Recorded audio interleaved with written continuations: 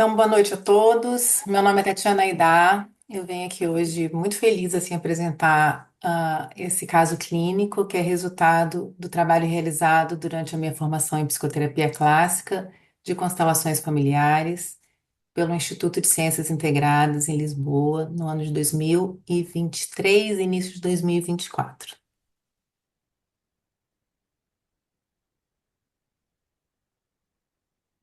O título desse caso é Todo excesso esconde uma falta.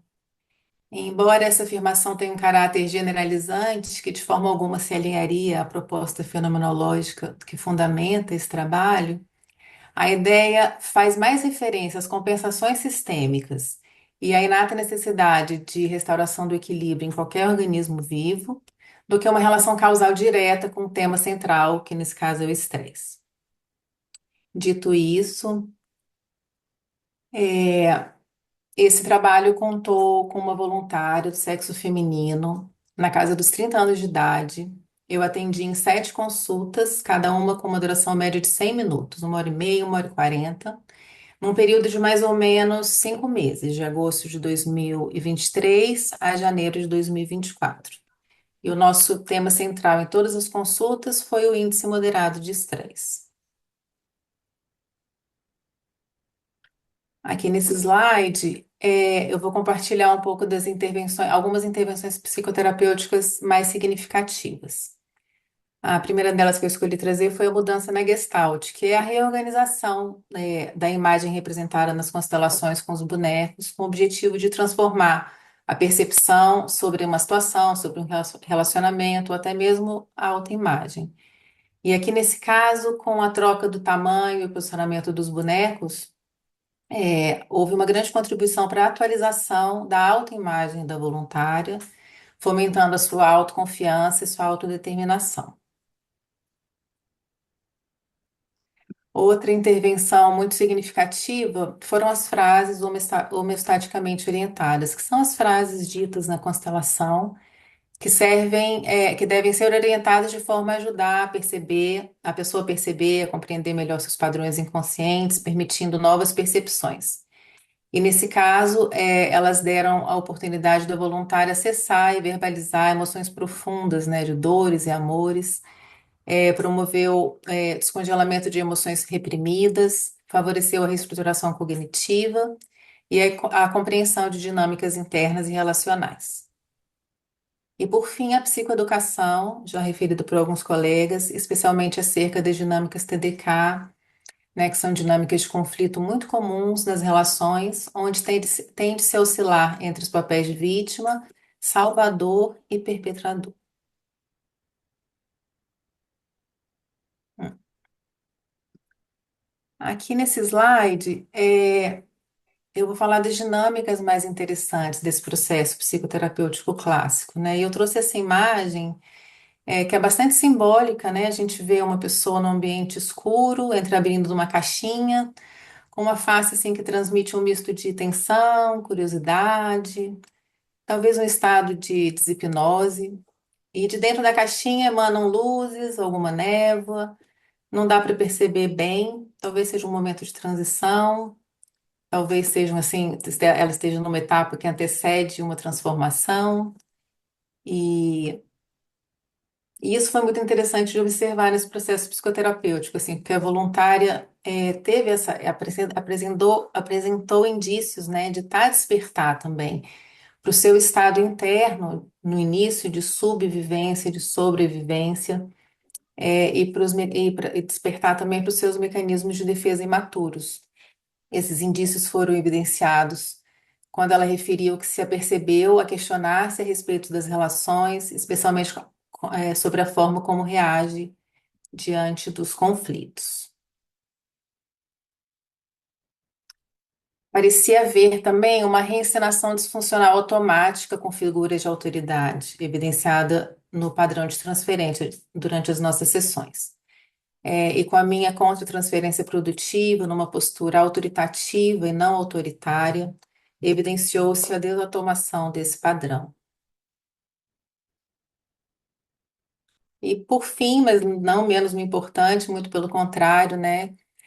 Outra dinâmica interessante foi observar o fortalecimento gradual da relação terapêutica entre eu e ela. Mas assim, foi gradual, mas desde o início ele foi pautado no respeito, na empatia, nos limites nítidos e no acolhimento. Tudo isso foi fator decisivo para trazer a ela um senso assim, de segurança para que ela pudesse se entregar à proposta desse treino.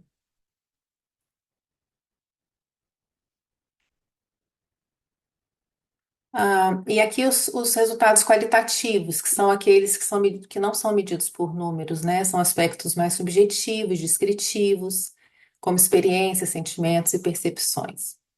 A voluntária referiu que durante esse processo psicoterapêutico, ela entrou em contato com emoções profundas, face a fatos que ela não fazia ideia do quanto estavam impactá-la. Ela referiu que parecia sentir que ela passou a ver as situações com mais clareza, da forma como são, disse ela. E por isso que ela gastava menos energia a lutar contra expressões da realidade. Ela disse ter adquirido um olhar diferente sobre os fatos do passado, agora mais apaziguado. Afirmou sentir-se mais ponderada nas suas relações, mais reflexiva. E a respeito dos resultados objetivos que eu trarei a seguir, ela disse que sentiu-se muito feliz com os resultados e foi muito significativo para mim ver que ela atribuiu essa evolução, a evolução alcançada, a si mesma, reconhecendo o valor da sua atitude de abertura e coragem para se trabalhar internamente. Ainda referiu que tudo isso dá-lhe uma sensação de paz e de leveza. Aqui eu trago essa imagem tão bonita, né, que representa bem o senso de leveza, né, e as palavras dela que são assim: sinto-me mais leve e com o coração cheio. Essa frase, né, que foi dita no final do processo psicoterapêutico, pode ser vista como uma mudança significativa no seu estado emocional, porque ela representa exatamente o oposto do excesso e do estresse que estavam sendo trabalhados.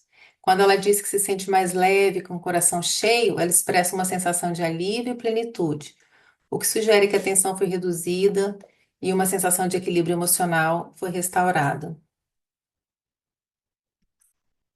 E aqui sim, os resultados objetivos. Foram medidos com testes psicométricos os índices de ansiedade, de estresse e de depressão. Na cor rosa, vemos essa pontuação resultante do pré-teste, antes das sessões.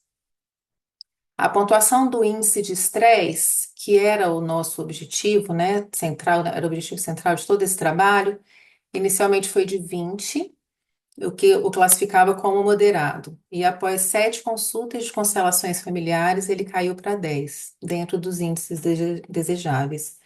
Vale ressaltar que, apesar de a gente não ter como objetivo central o trabalho com a redução dos índices de ansiedade e depressão, também conseguimos assim uma grande redução, né? A ansiedade caiu 60% e a depressão 100%.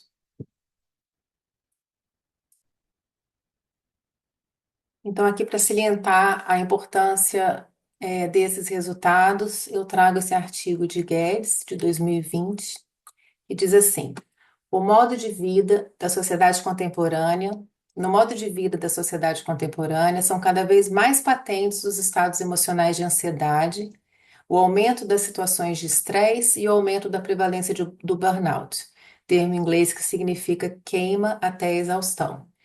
E é utilizado muitas vezes para definir uma síndrome ou uma perturbação na esfera da saúde mental, perante a qual a pessoa sente que não tem ferramentas adaptativas para gerir, confrontando-se com sentimentos de ansiedade, exaustão e ineficácia, perpetuando assim o ciclo vicioso entre esses três conceitos. As suas interrelações diminuem exponencialmente a qualidade de vida, tendo um impacto significativo na saúde. E esse outro de Torres e colaboradores: os conceitos de saúde mental e vulnerabilidade são muito complexos e ainda vistos com certo estigma negativo. De acordo com a Organização Mundial de Saúde, OMS, saúde mental é um estado de bem-estar no qual o indivíduo é capaz de usar suas próprias habilidades, recuperar-se do estresse rotineiro, ser produtivo e contribuir com a sua comunidade. Então, eu ressalto aqui, né, que com esses resultados apresentados anteriormente, revelando diminuição significativa nos índices tanto da ansiedade quanto do estresse, como da depressão, reduções que variaram de 50% a 100% com apenas 7 consultas de constelação familiar, é, podem se revelar, a constelação pode se revelar uma importante ferramenta social para atenuar essas questões levantadas nesses artigos.